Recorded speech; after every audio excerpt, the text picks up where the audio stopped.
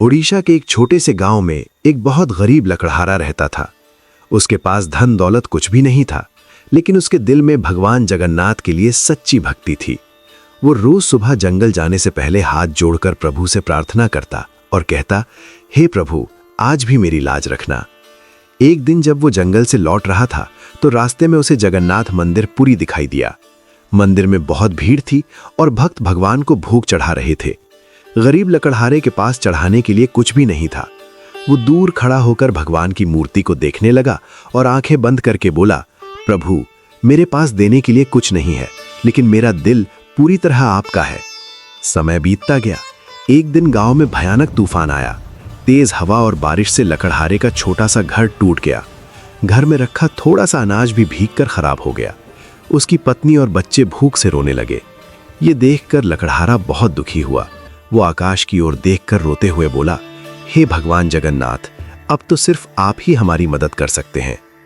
उस रात जब पूरा गांव सो रहा था, तभी लकड़हारे के घर के दरवाजे पर किसी ने दस्तक दी।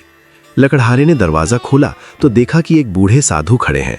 उनके हाथ में एक बड़ी टोकरी थी जिसमें खाने का सामान भरा हुआ था।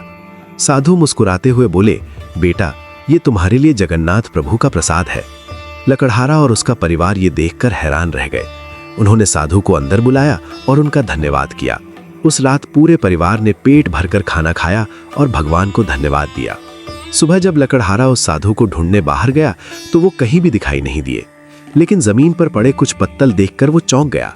वे पत्तल वही थे जिनमें महाप्रसाद दिया जाता है, और वो प्रसाद केवल जगन्नाथ मंदिर पुरी में मिलता है। तभी लकड़हारे की आंखों से आंसू निकल पड़े। उसे समझ आ गया कि रात को आए वो साधु कोई साधारण इंसान नहीं थे, बल्कि स्वयं भगवान जगन्नाथ थे, जो अपने भक्त की पुकार सुनकर उसकी मदद करने आए थे। तभी से लोग कहते हैं कि जो भी सच्चे दिल से भगवान जगन्नाथ को याद करता है, भगवान किसी न किसी रूप में उसकी मदद जरूर करते हैं। जय जगन्नाथ।